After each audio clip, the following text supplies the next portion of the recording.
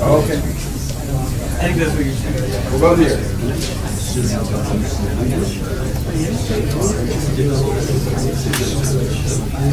It's in my short experience, that's what I feel.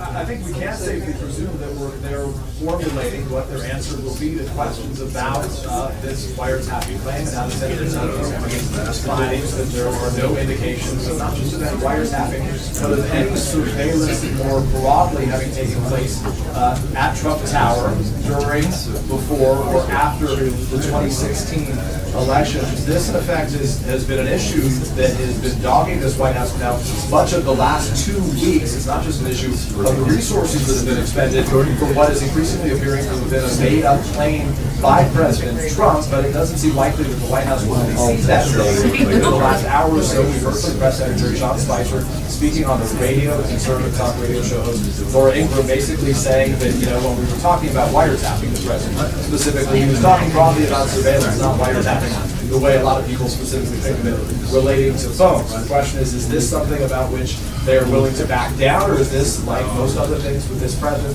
a moment where he remains defiant and insists that there is information out there, as he did this last night? And as I speak to you, we finally got the 2-minute warning, which means as we approach the 1 hour and 5 minute mark, Sean Spicer will be coming out with an extended pregame show like we've rarely seen at this meeting. Yeah.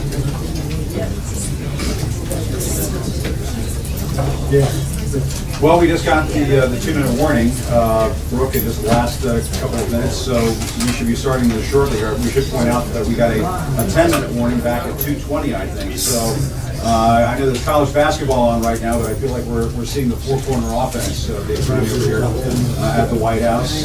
Not sure if they're running out the clock here, but there are a lot of questions to ask. Obviously, there are those wiretapping questions that just raised just before the scheduled 2 o'clock start time.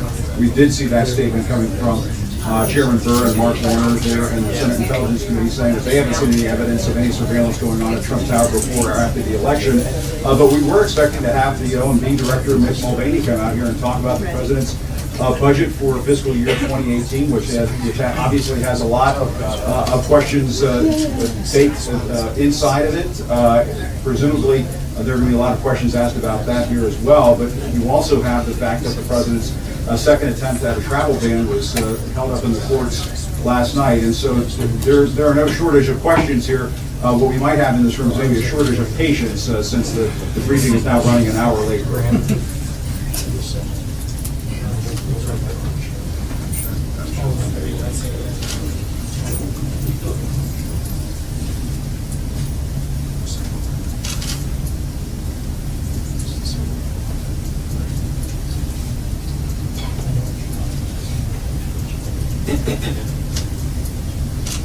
Right, and I tried to press Sean Spicer on this a couple of days ago and asked, well, are we going to see something coming from the administration to the House Intelligence Committee, which has essentially set a deadline for next Monday to have some kind of evidence from this administration to back up the president's claims, which are still so far baseless.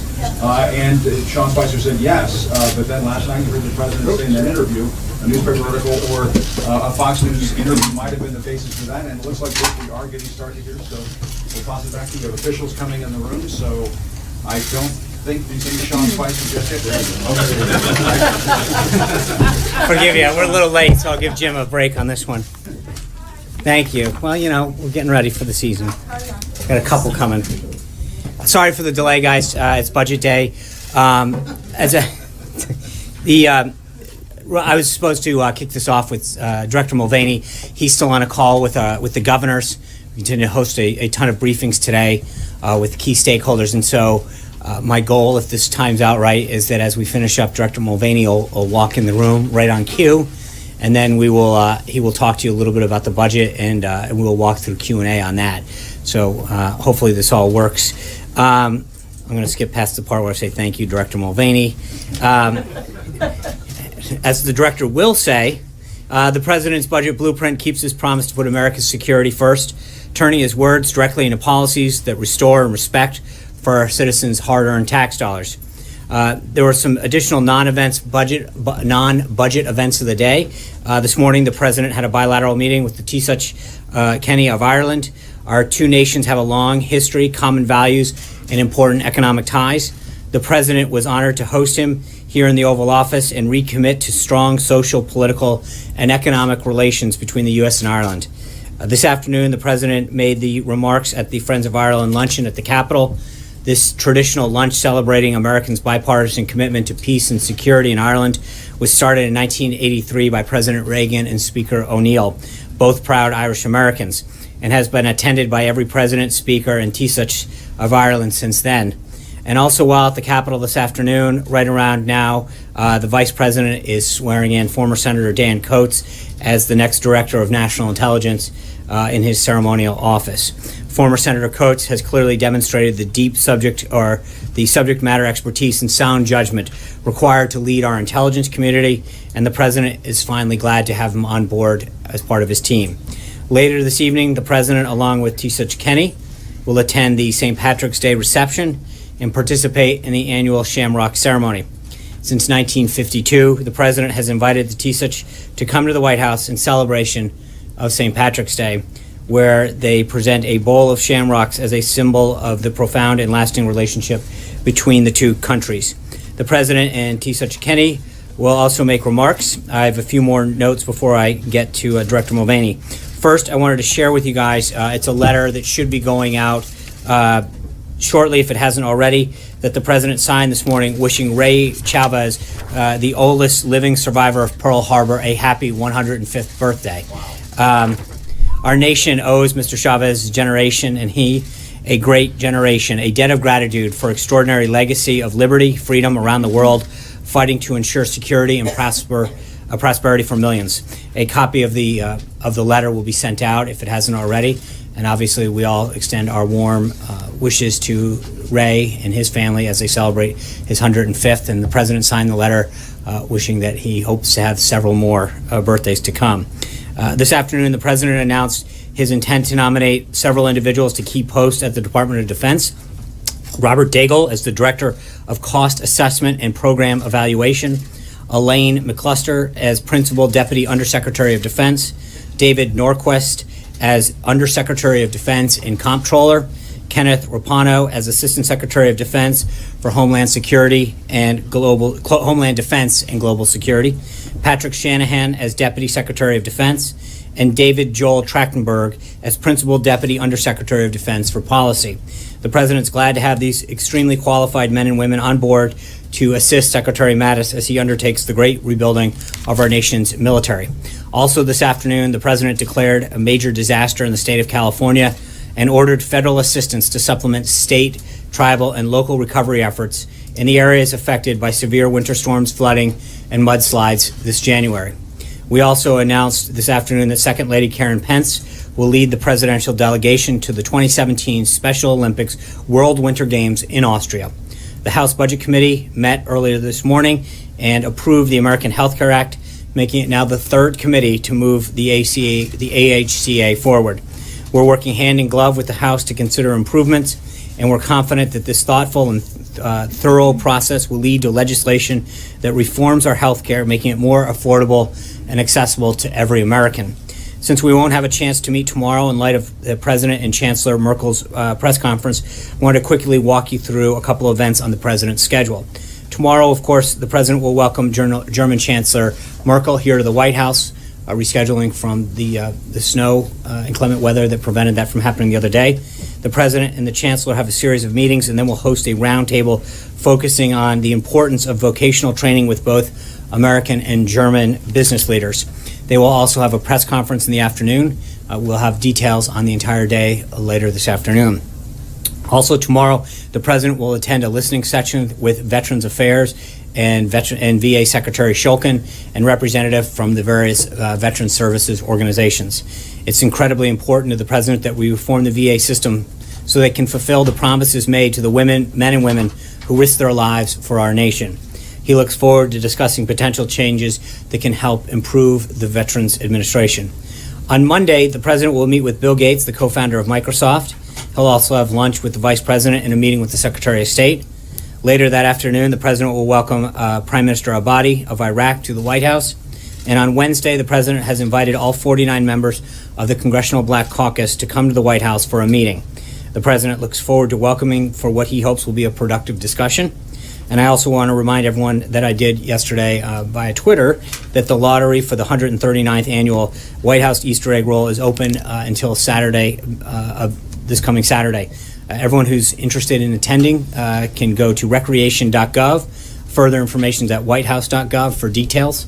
At his rally last night, the President addressed the decision by the federal district court in Hawaii to block his lawfully executive order. As the President said last night, quote, "The law and the Constitution give the President the power to suspend immigration when he deems it to be necessary in the national interest." The court didn't even bother to quote the relevant statute in its opinion, which could have plainly shown that the President clearly has this authority. I know you've heard it before, but since the court didn't, let me quote it again for you. 8 U.S. Code 1182 states, quote, "Whenever the President finds the entry of any aliens or any class of aliens into the United States would be detrimental to the interests of the United States, he may, by proclamation, and for such period as he deem necessary, suspend the entry of all aliens or any class of aliens as immigrants or non-immigrants, or impose on the entry of aliens any restrictions he may deem appropriate," end quote. The Department of Justice, quote, said that in a statement that they strongly disagree with the federal district court's ruling, which is flawed in both reasoning and scope. DOJ continued, quote, "The President's executive order falls squarely within his lawful authority in seeking to protect our nation's security, and the Department will continue to defend his executive order in the courts. The Department is exploring all available options to vigorously defend this executive order. We intend to appeal the flawed rulings. Currently, the Department of Justice is determining the legal strategy and timing. We expect action to be taken soon to appeal the ruling in the Fourth Circuit and to seek clarification of the order prior to appeal in the Ninth Circuit. The danger is real and the law is clear.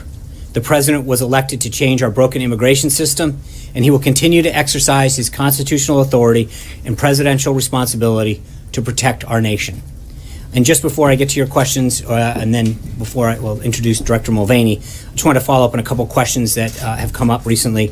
John Decker asked multiple times on the enforcement of the President's executive order to restrict lobbying activities of executive branch employees, which includes a 5-year ban on lobbying agencies where you've served and a lifetime ban on lobbying from foreign governments. I said I'd get back to John, so here we go. The executive order itself has a section 5, which focuses on enforcement. The order outlines that each agency head is tasked with working with the Office of Government Ethics to establish procedures for determining potential violations of the ethics pledge. Should a violation be determined, the executive order authorizes the Department of Justice to enforce the order through several mechanisms. Debarment proceedings, these would restrict an individual or his or her associated entities from doing business with the federal government. Seeking an injunction, such as a restraining order from lobbying for 10 years, the 5 years in the ethics agreement plus an additional 5 years, or civil penalties such as a fine commensurate with the nature of the violation. The President fully expects the Department of Justice to vigorously enforce this executive order. Also, yesterday, several of you asked where the House is in regard to additional legislation as outlined in the third prong of the AHCA, and the President's plan to reform healthcare. I'm pleased to note that last night, Leader McCarthy in the House introduced 4 pieces of legislation that will remove burdensome regulations, lower costs, and increase access, as we've noted. The Competitive Health Insurance Reform Act, H.R. 372, which eliminates antitrust protection for insurance provider, creating competition so that Americans are not left with just one choice for health care coverage. The Small Business Health Fairness Act, H.R. 1101, which allows small businesses to band together and negotiate lower prices. The Protecting Access to Care Act, H.R. 1215, which limits frivolous lawsuits that unnecessarily drive up health care costs. And the Self-Insurance Protection Act, H.R. 1304, which protects workers who get their health care coverage from employers that self-insure by providing a backstop on catastrophic losses.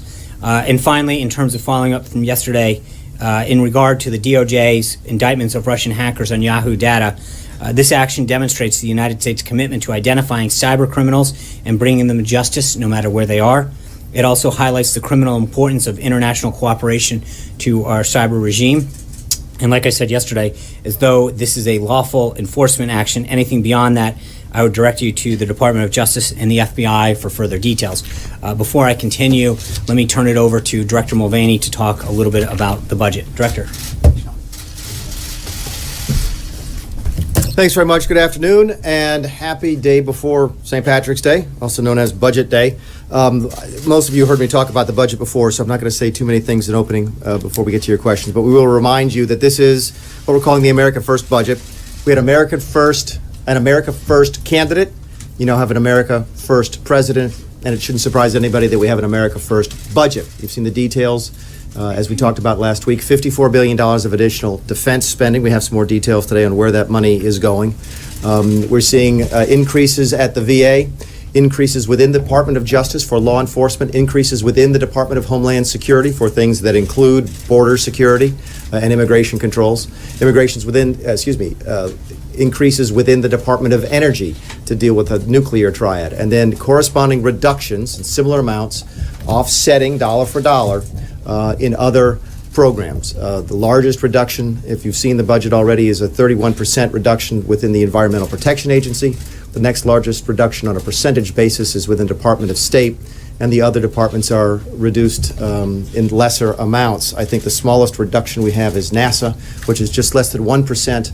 But there again, as with many of the agencies, you'll see certain line items within those budgets plussed up. This is the message the president wanted to send to the public, to the press, to Capitol Hill.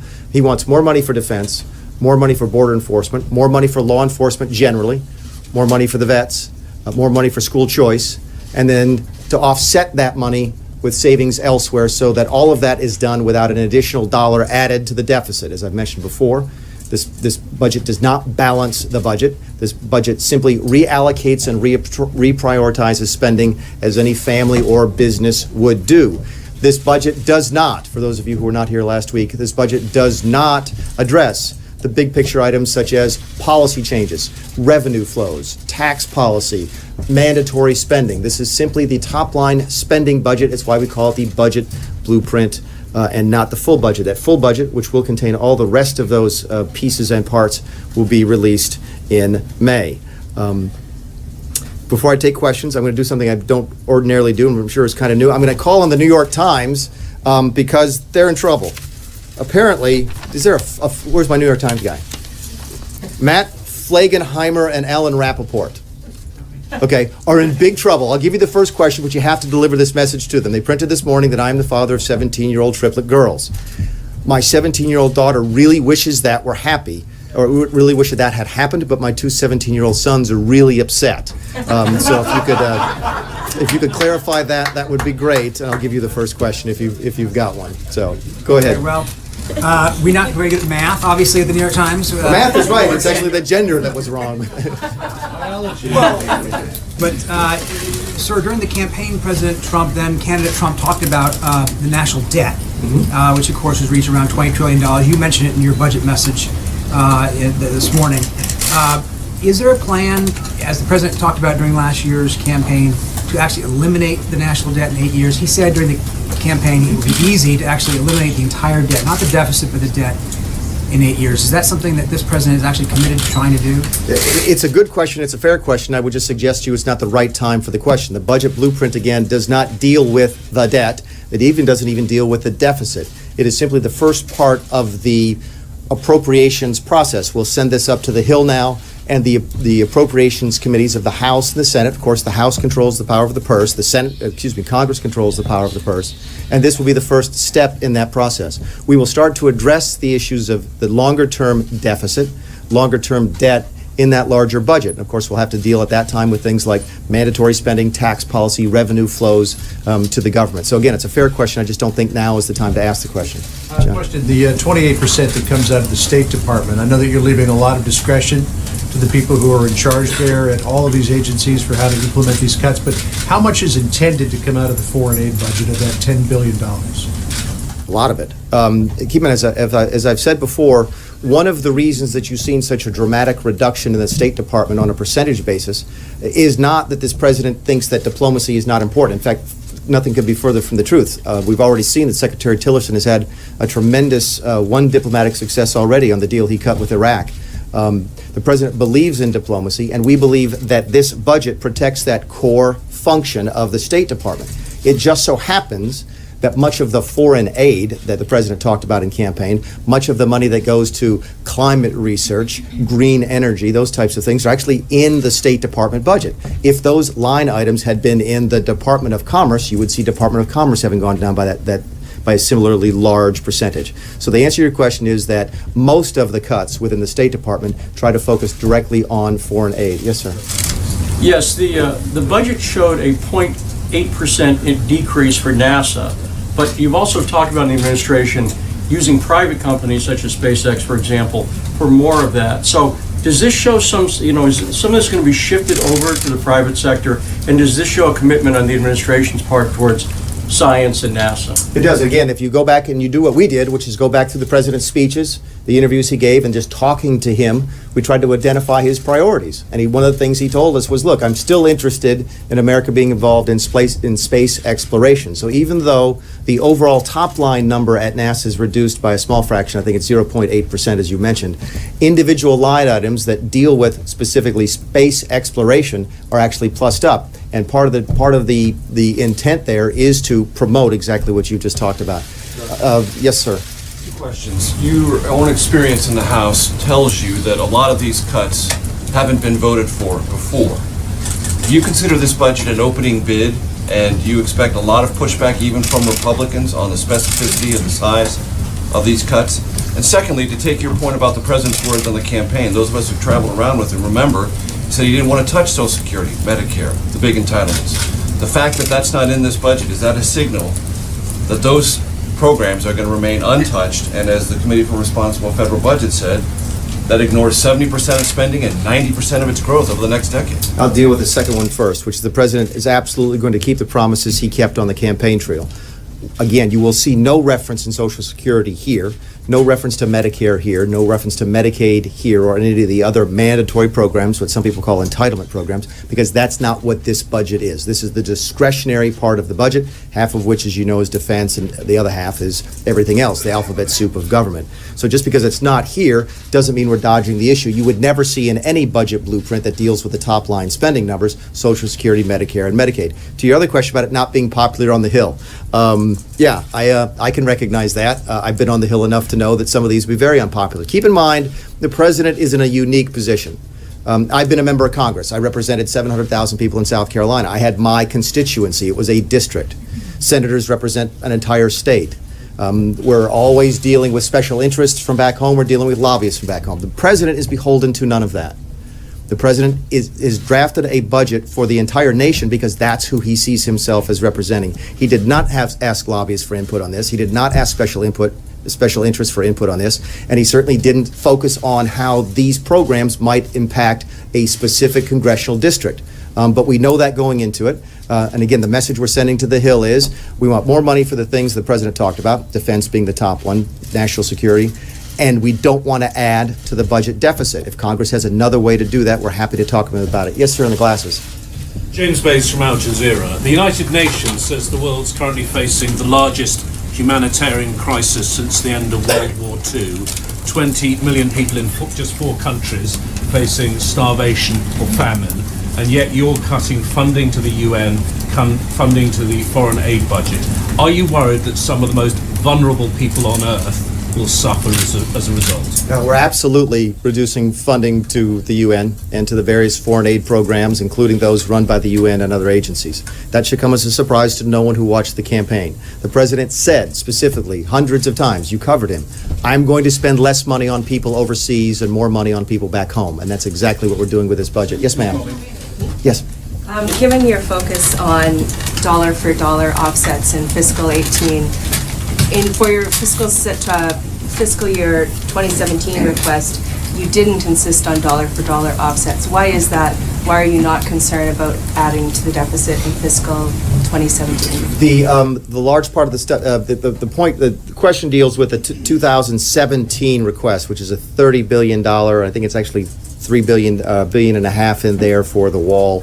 and it's not entirely offset. There's a couple reasons for that. One of them is time. Another one is that some of that is what they call overseas contingency operations. Now, you also know that I have a somewhat colored history with the overseas contingency operation, but I will tell you that we went through this and made sure that the money that's being requested is true OCO. Means that it's focused truly on the areas where we involved overseas, Iraq, Syria, Afghanistan, those types of places. So we have sent them $18 billion worth of proposed reductions for the 2017, but not all of them were offset. Yes, ma'am. Melanie Arter, CNSNews.com. The President has called for eliminating funding for the Corporation for Public Broadcasting and the National Endowment for the Arts. Yet the Republican Congress sends the President appropriations bills that fund CPB and NEA. Will he veto those bills and tell the Republican leadership to send bills that defund those things? I think the message the President sent right now is that we want to defund those, and there's completely defensible reasons for doing that. It's a simple message, by the way. I put myself in the shoes of that steel worker in Ohio, the coal mining family in West Virginia, the mother of two in Detroit, and I'm saying, okay, I have to go ask these folks for money, and I have to tell them where I'm going to spend it. Can I really go to those folks, look them in the eye, and say, look, I want to take money from you, and I want to give it to the Corporation for Public Broadcasting? That is a really hard sell. In fact, something we don't think we can defend anymore. As to specific vetoes, you and I both know it doesn't come over one by one. Line item by line item doesn't come over. They come over in large appropriations bills, and we'll work with Congress to go through the appropriations process, and we will make determinations on whether or not to sign appropriations bills or veto them at the appropriate time. Yes, sir. There's several places in the budget where you're talking about eliminating funding for unauthorized programs. Yeah. Are you laying down a marker about unauthorized programs, and do you think spending discipline would be improved if Congress authorized everything that it was? We hope so. For those of you who aren't familiar with this, we actually spend a lot of money in the federal government that's on programs that aren't authorized at all.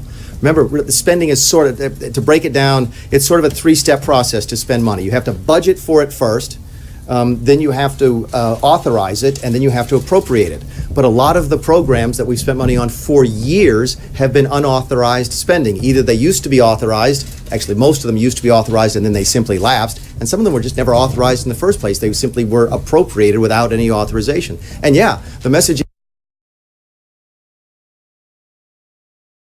is that's not the right way to do it. In fact, we think that's the wrong way to do it. You heard the President talk specifically on the campaign trail about at least 5% reductions for unauthorized programs, and that's what generated this budget.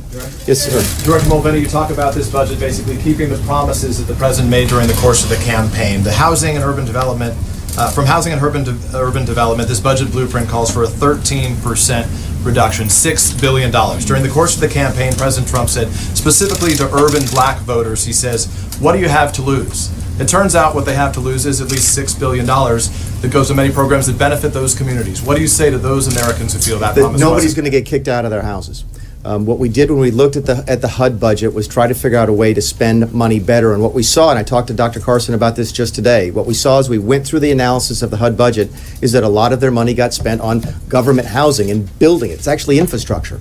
Okay? And what Secretary Carson and I talked about is figuring out a way to do that better. And as we did that, what we realized was we are working on a large infrastructure program that we hope to roll out this summer. And what Secretary Carson wants to do is take the money for the infrastructure that's in HUD right now and not very well run, and move that into this larger program. In fact, you'll see the same line items or similar line items in the Department of Transportation for the same reason.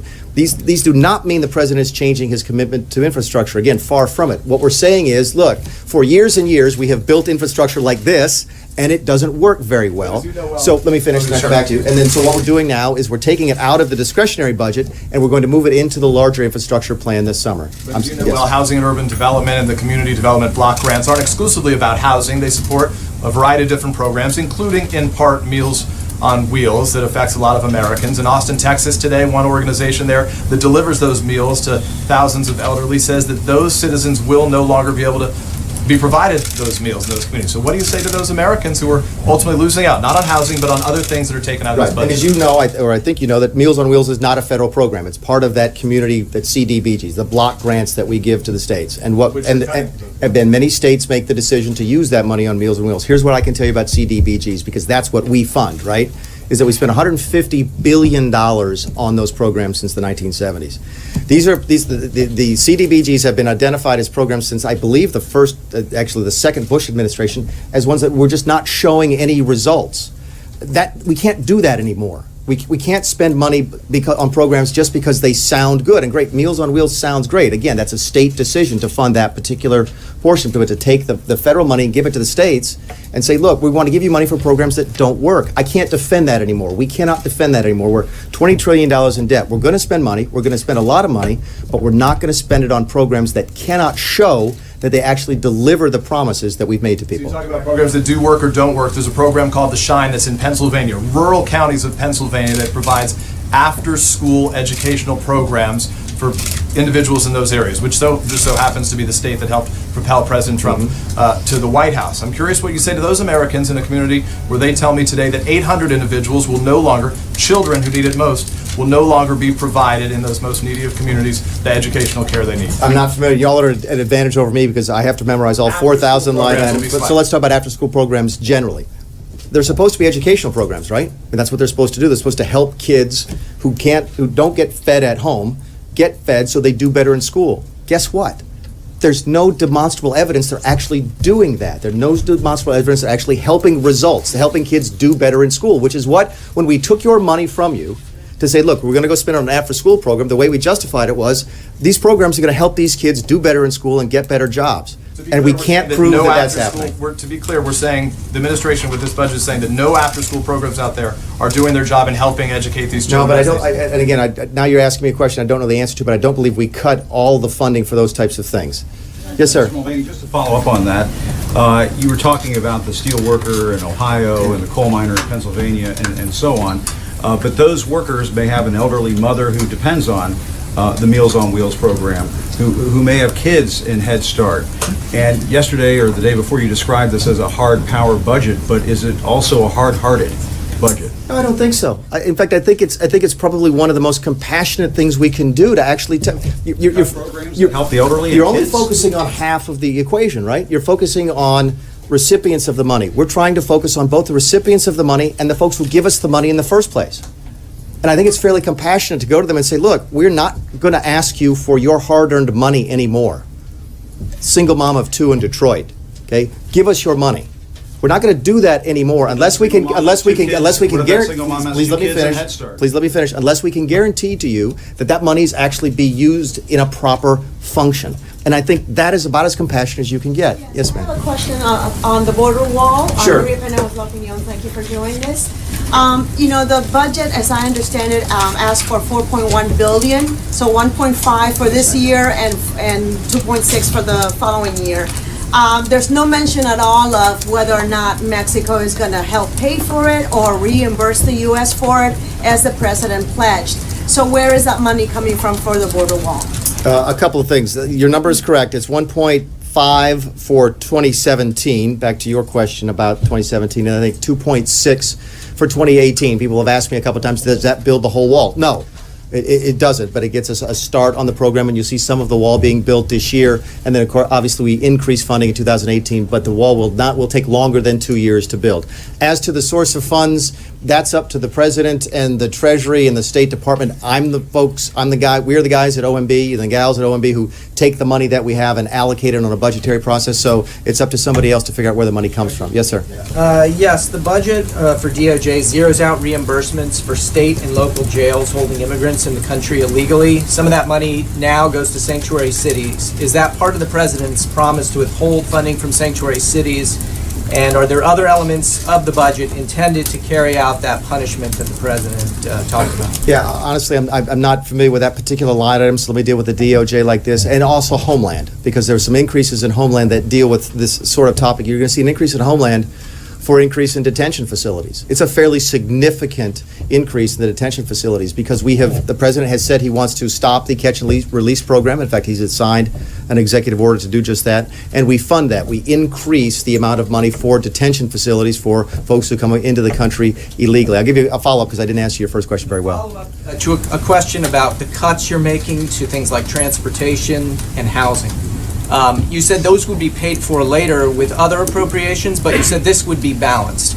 And I know you've been a fiscal hawk yourself. It sounds like a bit of a shell game, though, where you're saying now this is a balanced budget, but you're saying you're not stopping to pay for other things because those will be paid for later, but then where are you going to pay for those other things? Right, and again, it's not- Eventually, doesn't all this stuff have to get paid for? And just to clarify, it's not a balanced budget. There'll still be roughly a $488 billion deficit according to the Congressional Budget Office next year. We simply didn't add to that in order to spend more money on the president's priorities. Regarding moving projects out of the base budgets for the agencies and into the infrastructure. The infrastructure program is something we've just recently started. It won't probably come until summer or maybe even early fall. We have to do Obamacare repeal and replace first, then tax reform second. That leaves infrastructure probably third, which may come after the August recess in Congress.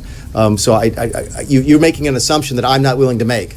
You're making an assumption that all that infrastructure that we provide for later on in the year is going to go to the deficit, and I'm not willing to make that assumption. Yes, sir. Hi, Director. Two short questions. One, the blueprint provides robust funding for embassy security. Yes, sir. Citing the Benghazi Accountability Review Board.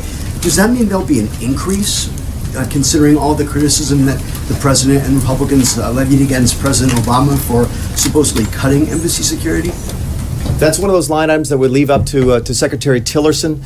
He and I talked about the State Department budget and how he decides to allocate that. It may be that there are some embassies that don't need a lot more security and some that do, so we give him the flexibility to do that. The gentleman in the back had a question.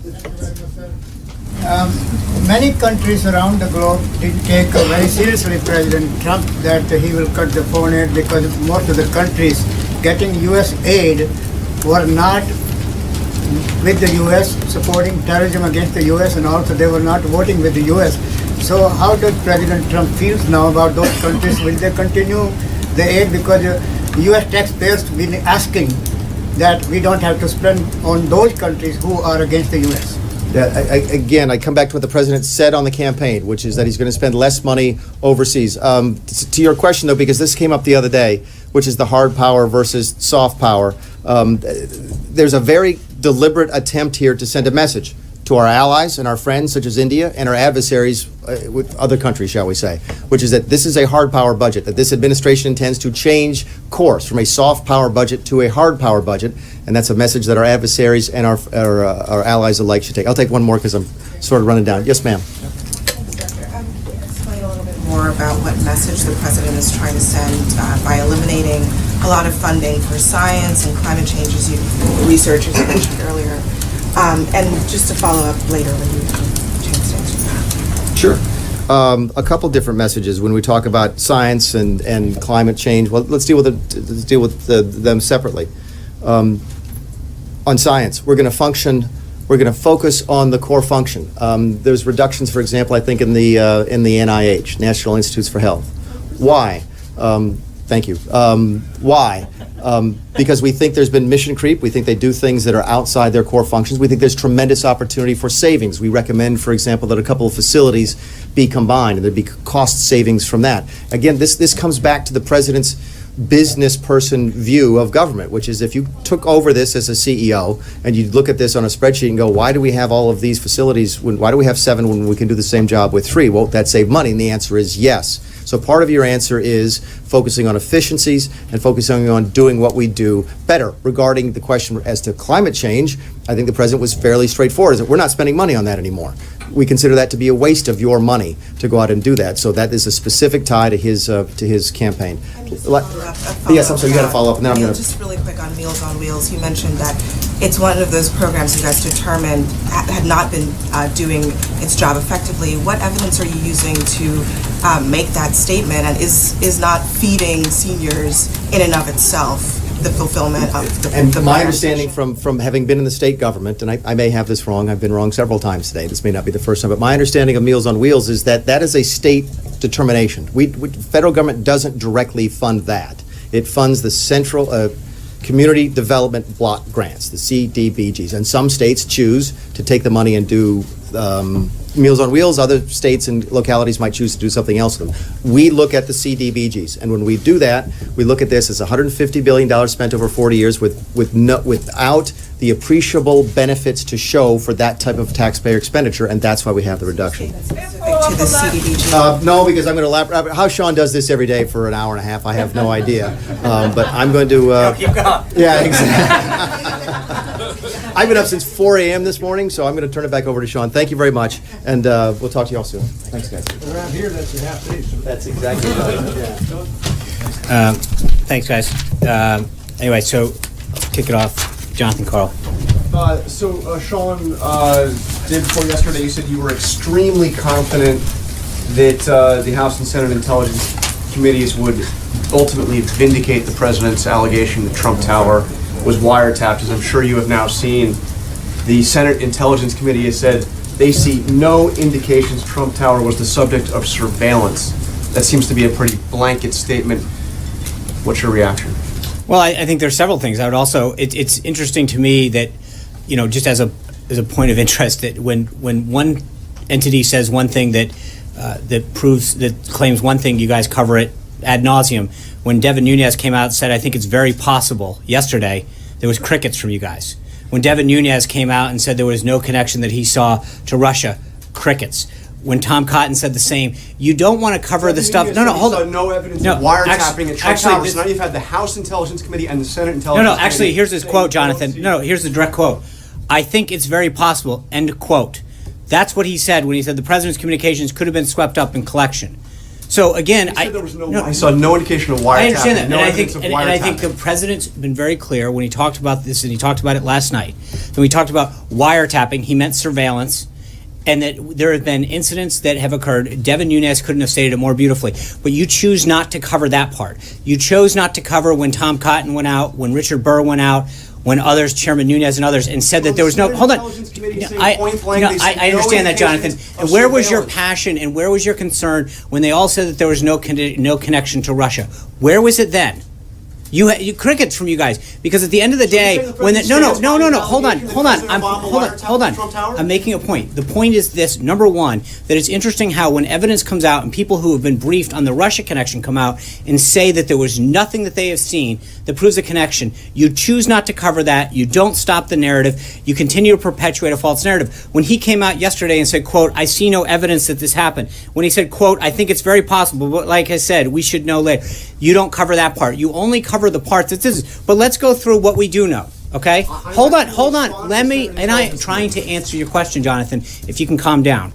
If you look at what the New York Times reported on January 2017, they said, quote, in its final days, the Obama administration has expanded the power of the National Security Agency to share globally intercepted personal communications with the government's 16 other intelligence agencies before applying privacy protections.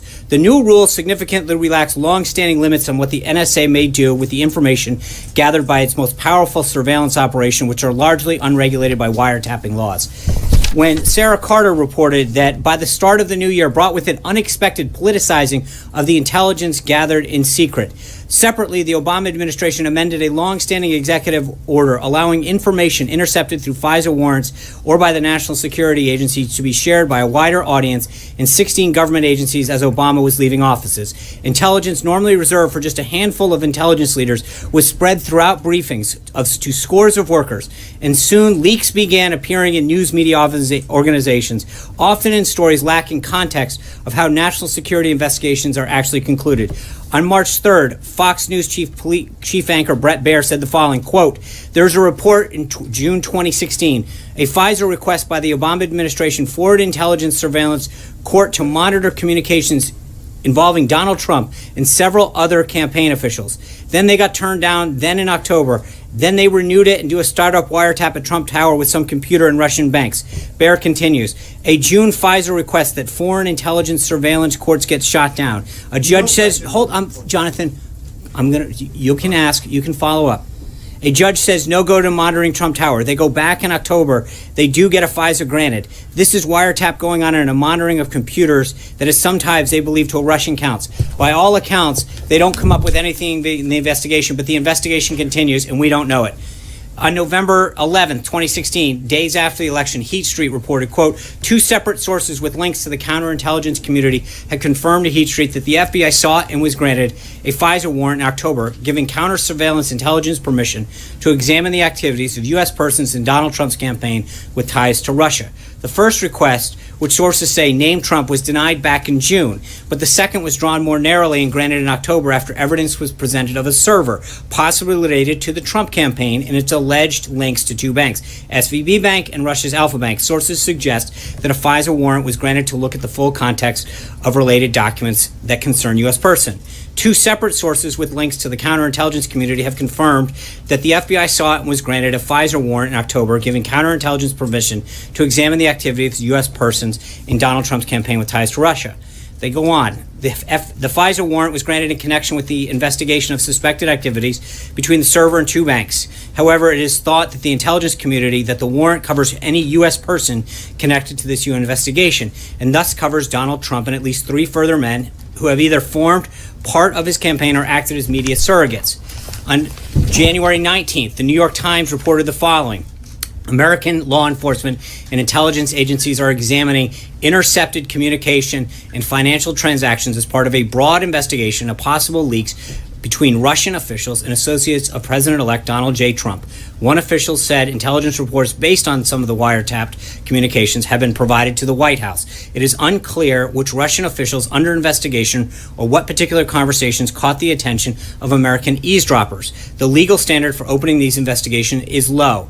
Andy McCarthy, writing in National Review, suggested, quote, from three reports from The Guardian, Heat Street, and the New York Times, it appears the FBI has concerns about a private server in Trump Tower that was connected to one or two Russian banks. Heat Street describes these concerns as centering on, quote, possible financial and banking offenses. This is his quote, I italicize the word offenses because it denotes crimes. Ordinarily, when crimes are suspected, there is a criminal investigation, not a national security investigation. We go on. Sarah Carter from Circa reporting, intelligence professionals tell Circa News they were concerned that some of the Russian intelligence was spread through group briefings to a much larger than usual audience back in January. This would have happened during the final days of the Obama administration when it expanded Executive Order 12333, which allows employees with a, quote, need to know have further unfettered access to raw data stored by the NSA. The new rules allowed the NSA to share, quote, raw signals intelligence information, including the names of those involved in phone conversations and emails. The expansion of the order makes it difficult to narrow in on the leaks, and frankly, it allows too many people access to the raw data, which only used to be available to a select few, said a U.S. official who spoke on the condition of anonymity and was not granted to speak on the authority. Numerous outlets, including the New York Times, have reported on the FBI investigation into Mr. Trump's advisors. BBC and then McClatchy revealed the existence of a multi-agency working group to coordinate investigations across the thing. On February 14th, the New York Times again refers to phone records and intercepted calls. Let me quote them. American Law Enforcement and Intelligence Agency intercepted the communications around the same time they were discovering the evidence that Russia was trying to disrupt the presidential election by hacking into the Democratic National Committee, three officials said. The intelligence agencies then thought to learn whether the Trump campaign was colluding with the Russians on hacking or other efforts to influence the election. The officials interviewed in recent weeks said that so far they have seen no evidence of such cooperation. The officials said that the intercepted communications were not limited to Trump campaign officials and other associates of Mr. Trump. The call logs and intercepted communications are part of a larger trove of information that the FBI is sifting through. Days later, the New York Times then reports, quote, in the Obama administration's last days, some White House officials scrambled to spread information about Russian efforts to undermine the presidential election of Donald Trump, connections between the president-elect and Russians across the government. But the increasingly hard-to-escape conclusion that that individuals in our government were instead trying to undermine the new president by saying, quote, and this is the New York Times again, at intelligence agencies there was a push to process as much raw intelligence into possible analysis to keep the report at relatively low classification levels to ensure a widespread readership across the government, and in some cases, quote, among them European allies. This allowed the upload of as much intelligence as possible to Intellipedia, a secret wiki used by American analysis to share information. Sean Hannity went on Fox to say, quote, but protections which are known as minimization procedures have been put in place to protect Americans that are not under warrant, American citizens that are caught up in their surveillance. And, quote, by the way, their identities are protected. Their constitutional rights are be protected. Now, of course, this was not the case with Lieutenant General Flynn because a transcript of his call was created and then given to intelligence officials who then leaked this information, which is a felony, to the press that printed it, end quote. Last, on Fox News on March 14th, Judge Andrew Napolitano made the following statement, quote, 3 intelligence sources have informed Fox News that President Obama went outside the chain of command. He didn't use the NSA, he didn't use the CIA, he didn't use the FBI, and he didn't use the Department of Justice. He used GCHQ. What is that? It's the initials for the British Intelligence Spying Agency. So simply by having 2 people saying to them, President needs transcripts of conversations involving candidate Trump's conversations involving President-elect Trump, he's able to get it, and there's no American fingerprints on this. Putting the published counts and common sense together, this leads to a lot. So, Sean, are you So, saying John. that despite the findings, the bipartisan findings of the Senate Intelligence Committee? No, they're not findings. There's a statement out today. They have not begun this. As you know, yesterday or 2 days ago, the Department of Justice asked for an additional week. So the statement clearly says that at this time that they don't believe that. They have yet to go through the information. The Department of Justice, as you know, has not supplied this. But I've just read off to you. It's interesting. When the New York Times reports... Hold on. Let's do that whole long answer. Thank you. That's my Appreciate question. Okay. So, are you saying that the president still stands by his allegation that President Obama ordered wiretapping or surveillance of Trump Tower, despite the fact that the Senate Intelligence Committee says they see no indication that it happened? Does the president still stand by the First of all, allegation? he stands by it, but again, you're mischaracterizing what happened today. No, The Senate, I know. I'm reading exactly from their statement. I understand that, and at the same time, they acknowledge that they have not been in contact with the Department of Justice. So, but again, I go back to what I said at the beginning. It's interesting. Hold on. It's interesting how, at the same time, where were you coming to the defense of that same Intelligence Committee and those members when they said there was no connection to Russia? You didn't seem to report it then. There was no. So you want to comment and you want to perpetuate a false narrative. Actually, I did report that Clapper said that. But when those individuals have gone out time and time again, when Chairman Nunes has said, number one, that there was no information that he's aware of that existed, that got 0 reporting. Number 2, when he went out yesterday and said, quote, I think it's very possible, you don't include that in the question mark. The bottom line is that the president said last night that he will be providing, that there would be additional information coming forward. There's a ton of media reports out there that indicate that something was going on during the 26th election. And I think it's interesting. Where was the questioning of the New York Times or these other outlets when that was going on? Where was the question? I believe you will. Jim. Yeah, you were just quoting Sean Hannity there. The House and Senate Intelligence Committees are I also quoting the quoted, FBI. I get you're going to cherry pick. The FBI director, you're citing Sean Hannity and Okay. Andrew Napolitano. You also tend to overlook all of the other sources because I know you want to cherry pick it. But but you do. But where was your concern about the New York Times reporting? You didn't seem to have a concern with that. We have done plenty of reporting on all of this. No, Sean. but you want to cherry These pick connections between one the commentary, aides to one the piece of president, commentary. associates of the president to the Russians. That has all been looked at. And No, wait. How do you know all this? How do you seem to be such an expert in this? I'm saying that this has been looked at, Sean. How do you know it's been looked at? There have been. Hold on. Where is? I'm sorry. I'm afraid to understand. Where can you tell me how you know that all of this is quote been looked at? You're asking me whether or You not made a it's been looked statement. at. You said quote. All of this has been looked at. Other outlets have reported. No. So we're supposed. So when your outlet says it's all been looked at, the president and the Russians during the 2016 campaign, it sounds like during the context of that investigation, there might have been some intercepted communications. The House Intelligence Committee chairman did mention that, and we have reported that. Others have reported that on our air and various publications. But Sean, what you are refusing to answer, the question that you're refusing to answer, is whether or not the president still believes what he believes. I just said it to Jonathan. I didn't refuse to answer that. You have a Senate and House Intelligence Committee, both leaders from both parties on both of those panels saying that they don't see any evidence of any wiretapping. So how can the president go on and continue to say because that's not these because things? you're mischaracterizing what Chairman Nunes said.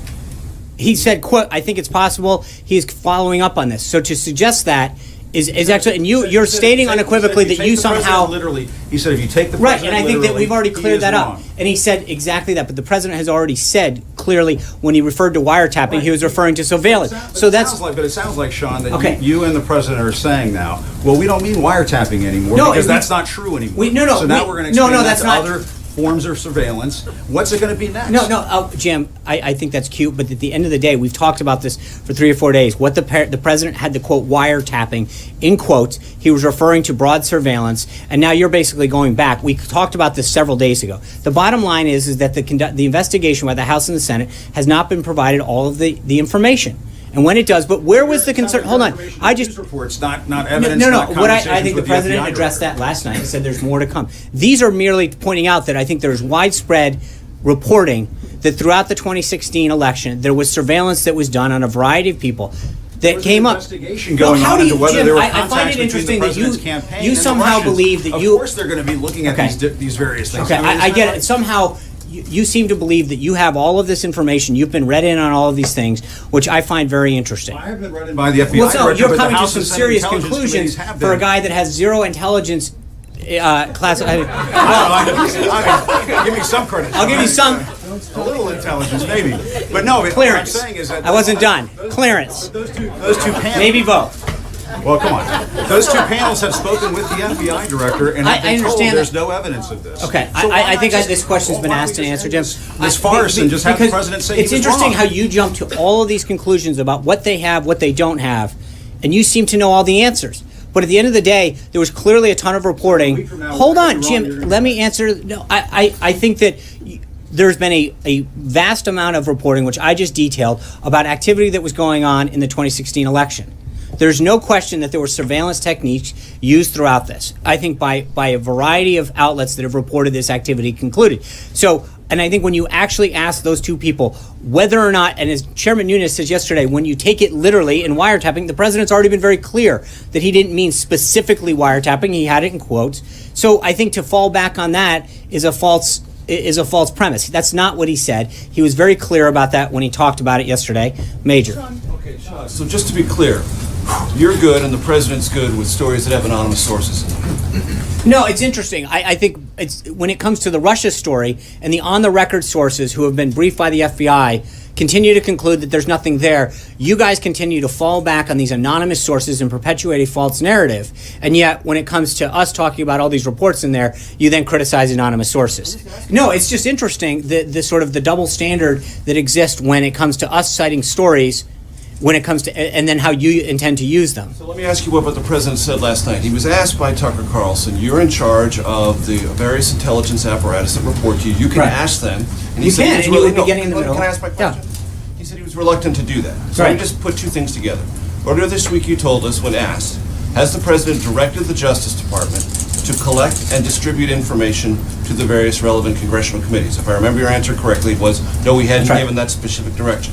Has that changed? Has he now directed No. the Justice Department? And is he asking himself for the intelligence agencies that report to him to provide him specific answers to these underlying questions that are separate from the reportage you're citing? No. Why not?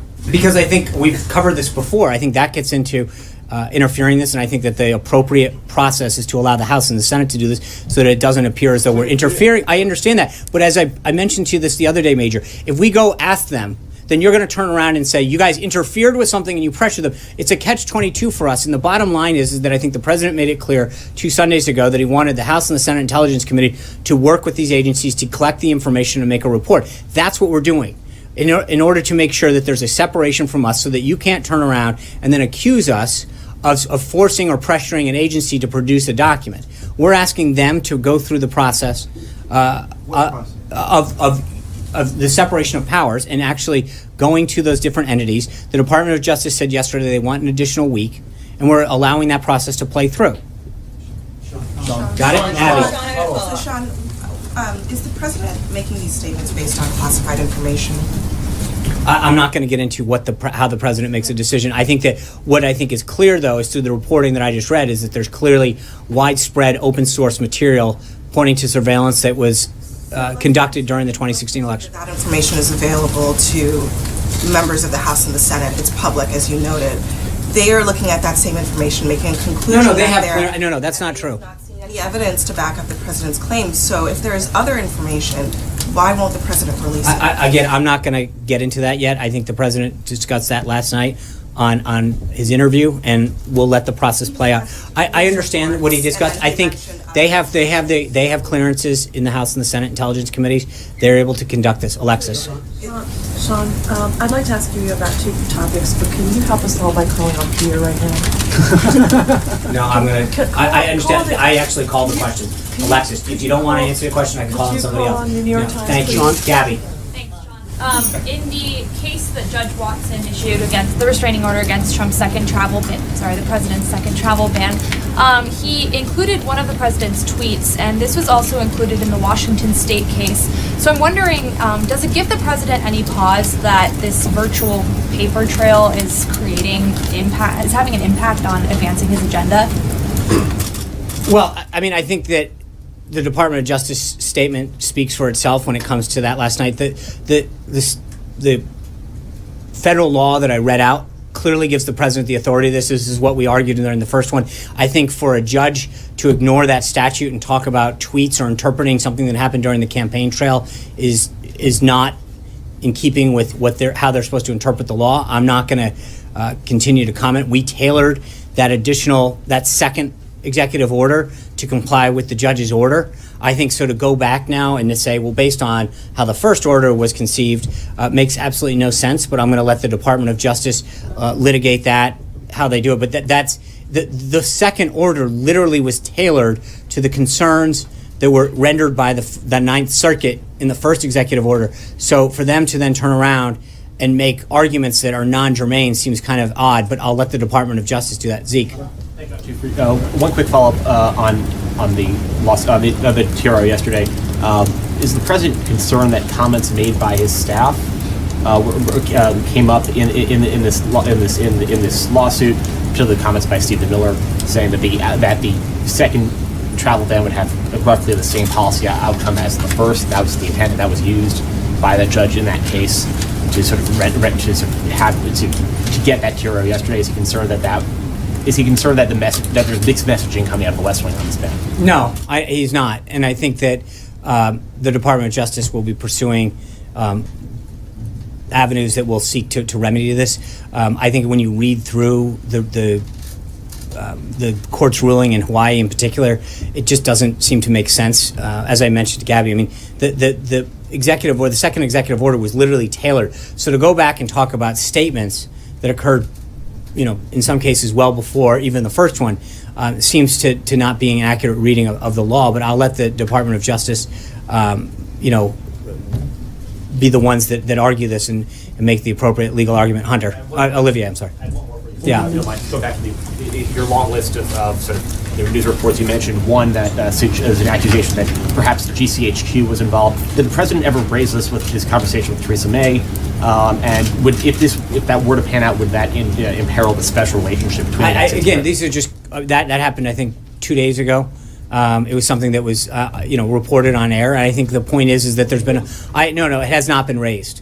But I do think that, again, all we're doing is literally reading off what other stations and people have reported. And I think that casts into concern some of the activities that may have occurred during the 2016 election. We're not casting judgment on that. I think the idea is to say that if these organizations, these individuals came to these conclusions, they merit looking into. Olivier. Thank you, Sean. I got a couple for you. There's a news report about the president's meeting with the Saudi defense minister / deputy crown prince that says that the defense minister told the president about a terrorist plot against the United States. Did that happen? What's the nature of that? How worried should Americans be? We're obviously never going to comment on any kind of specific threats to the homeland.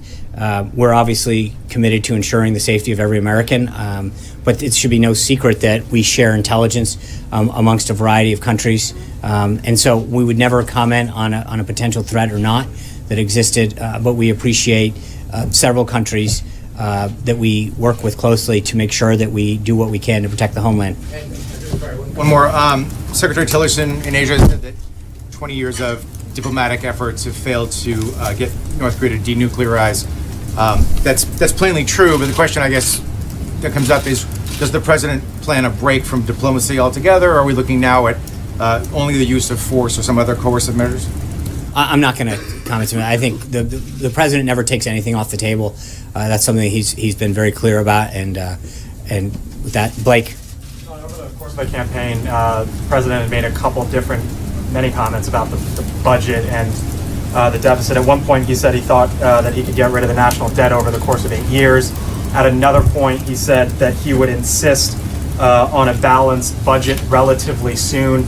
Now the baseline that the administration is giving us is, well, at least we're not adding on to the deficit, which is nearly $500 billion. So I'm curious as to how we got from that point to now to where he was talking at one point about eliminating a bunch and now it's adding on to I think Director Mulvaney addressed that. I think, look, a couple things. Number one, the Senate dragged its feet on getting Director Mulvaney confirmed and in office. So I think we were behind the curve on having a director of OMB. We got in here. I think we produced a blueprint that is consistent with the president's principles and priorities.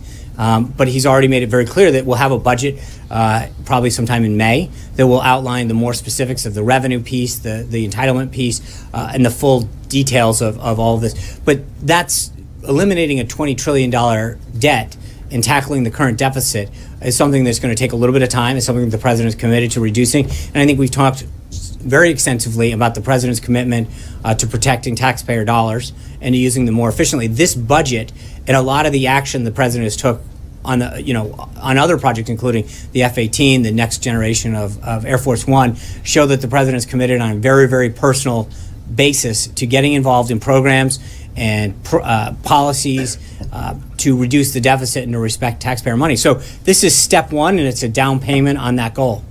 future steps, that there are lots of cuts in here, but no matter which way you splice the numbers, anyone will tell you, if you want to drop it somehow, you got to get to entitlements. I understand. Is that on the table potentially, yes or no? Look, as Director Mulvaney put it, like there's been, he was chosen for this job because of his commitment to fiscal austerity and respect of taxpayer dollars and budgeting skills. And I think that we've got to get past today.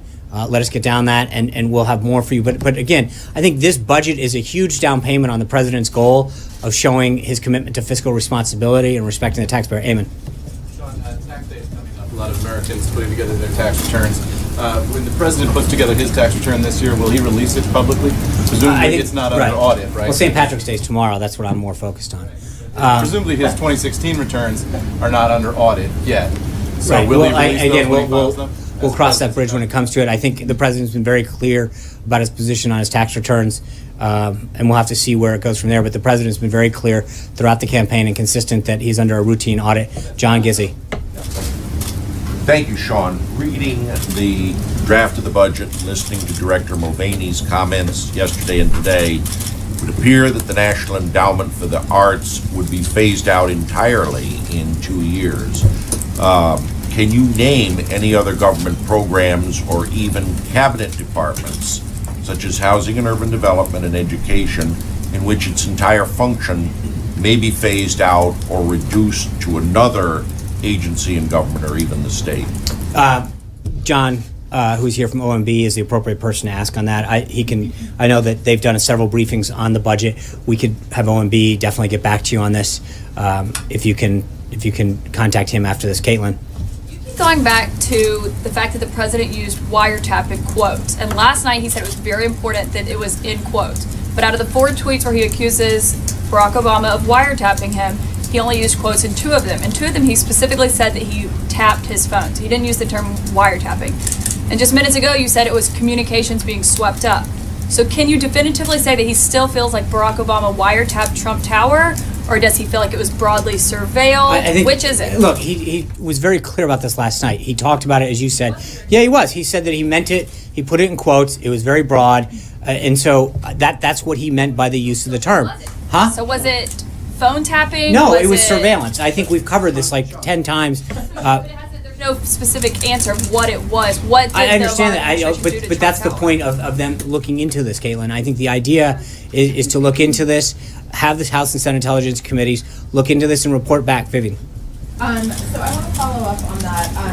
If all of this comes out and there's no proof that President Obama had any role in any wiretapping, that there was no wiretapping, will President Trump then offer an apology to President I've asked this Obama? like 3 times this week, and I think the answer is we're not going to prejudge where the outcome of this is. I think we've got to let the process work its will, and then when there's a report that comes out conclusive from there, then we'll be able to comment. But to jump ahead of this process at this point would be inappropriate. Can I go to Brian Crabtree of Salem Radio, Georgia?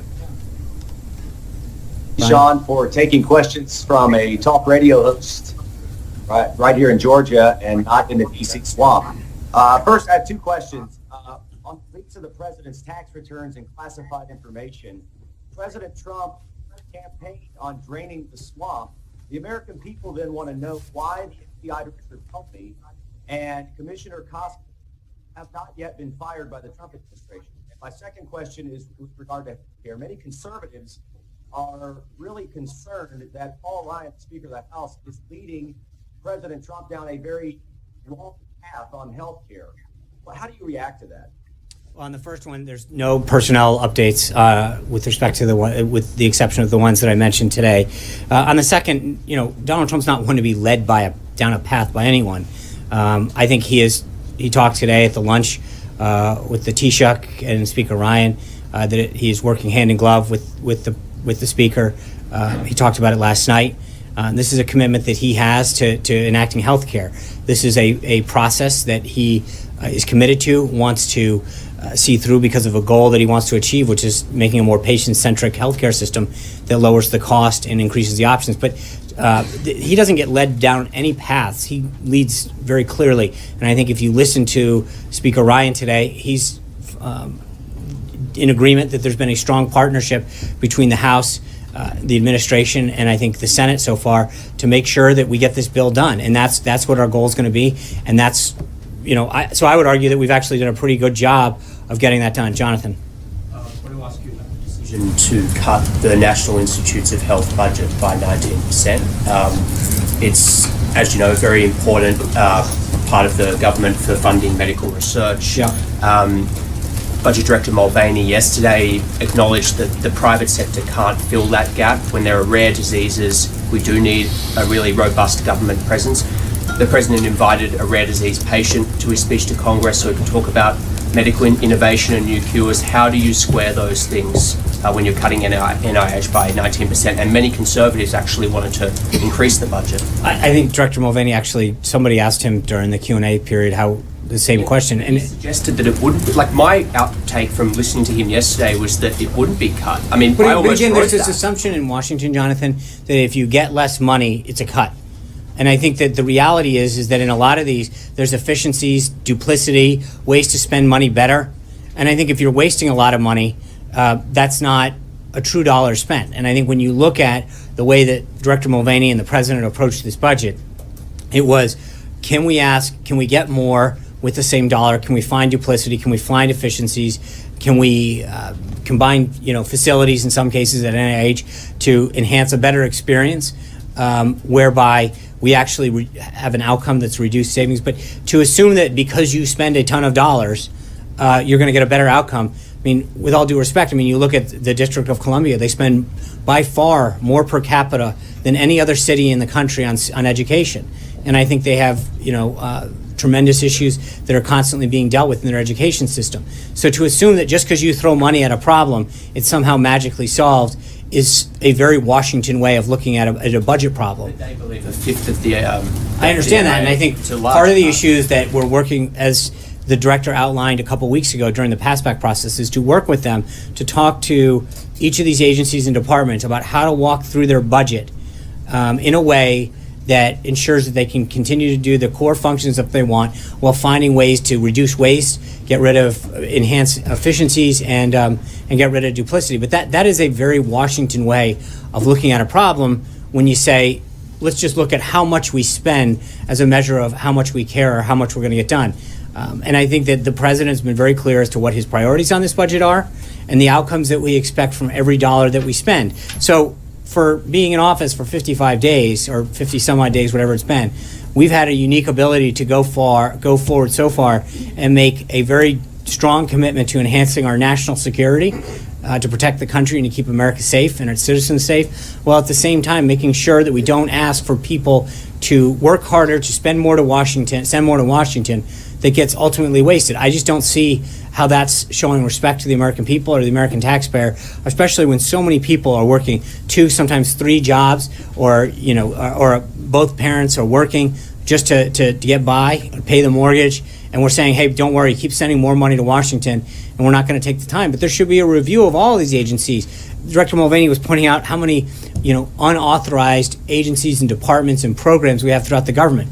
If we're going to do that, at some point there should be a debate on whether or not these agencies and programs are achieving their mission. And if they are, then great, fund them. But if they're not, we shouldn't be asking hardworking American taxpayers to send more money to Washington to fund things that don't further those goals. Thank you guys very much. I look forward to seeing you all tomorrow. Take care. Sean, one Have a more. good one. Listen, we put it to rest, Sean.